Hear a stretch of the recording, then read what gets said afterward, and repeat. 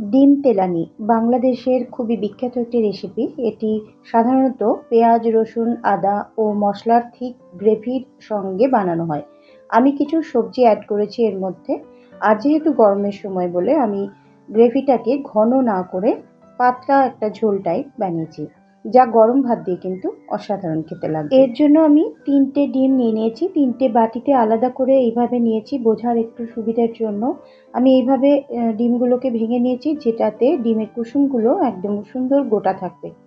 এবার ডিমগুলোকে আলাদা করে আমি পোচ বানিয়ে নিচ্ছি। আপনারা চাইলে গ্রেভির মধ্যেও এগুলোকে অ্যাড করে দিতে পারেন, তবে ডিমগুলোকে এইভাবে আমি বানিয়ে নিয়ে এই জন্যই দিচ্ছি, যেহেতু আমি পাতলা ঝোল বানাবো।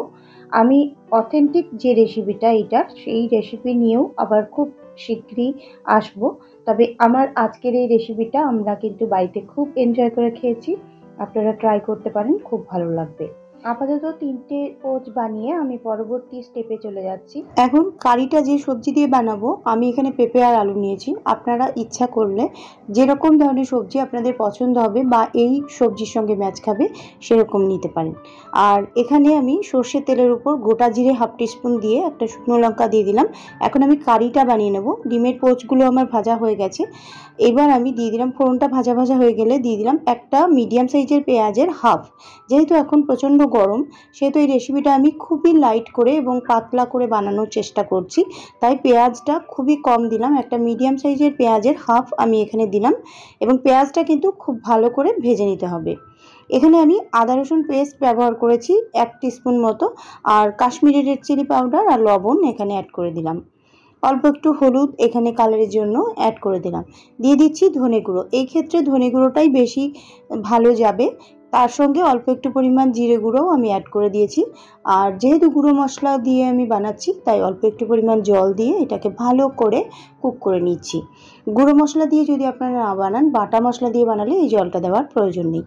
সুন্দরভাবে এইভাবে যতক্ষণ না তেল বেরিয়ে আসছে ততক্ষণ মশলাটাকে কষিয়ে নিয়ে তারপর অল্প একটু চিনি স্বাদের ব্যালেন্সের জন্য এখানে কিন্তু রেসিপিটি অতি অবশ্যই বাড়িতে একবার ট্রাই করবার জন্য অনুরোধ জানাচ্ছি, যেহেতু আমরা খেয়ে এটা দেখেছি অত্যন্ত টেস্টি হয়েছিল আর গরম ভাত দিয়ে খুব ভালো লেগেছিল। এখন আলু এবং পেঁপে আমি ভেজে রেখে দিয়েছিলাম, সেই আলু এবং পেঁপেটা আমি এর সঙ্গে এই কারিটা যেটা বানাচ্ছি তার সঙ্গে কিছুক্ষণের জন্য কষিয়ে নিচ্ছি। আলু এবং পেঁপেটা ভালো করে কষিয়ে নেওয়ার জন্য আমি এখানে ঢাকনা চাপা দিয়ে 1-2 মিনিটের জন্য ভালো করে কষিয়ে নেব। এরপর ঢাকনা চাপা খুলে জল দিয়ে দিচ্ছি, একটু নাড়িয়ে নিলাম। তারপরে জল দিয়ে দিলাম প্রয়োজন মতো।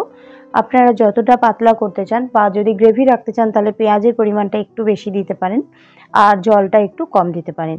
আমি এখানে পাতলা ঝোল বানাবো, যেহেতু এখন গরম, প্রচুর গরম, সেই হেতু আমি পাতলা ঝোল টাইপ দিয়েই গরম ভাত খেতে এখন দুপুরবেলা বেশ ভালো লাগবে। সেই কারণে এটা আমি পাতলা করেই বানালাম। এইবার আলু এবং পেঁপেটা খুব সুন্দর সিদ্ধ হয়ে যাওয়ার পর ডিমের যে পোচগুলো আমি বানিয়ে রেখে দিয়েছিলাম সেইগুলো একটা একটা করে এর মধ্যে দিয়ে দিচ্ছি। কিছুক্ষণ এইভাবে আমি ঝোলগুলো এর ওপরে দিয়ে দিলাম এবং কিছুক্ষণ এটাকে ভালো করে ফুটিয়ে নিলাম একটুখানি।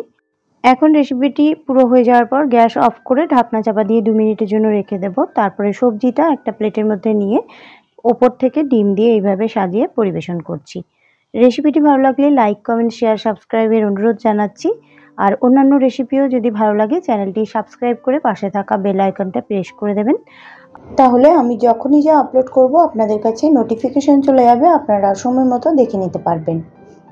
এছাড়াও ভিডিওটির ডেসক্রিপশন বক্সে আমি কিছু আচারের রেসিপি শেয়ার করে রেখেছি, আপনারা চাইলে ওগুলো দেখে নিতে পারেন। অনেক শুভেচ্ছা রইল।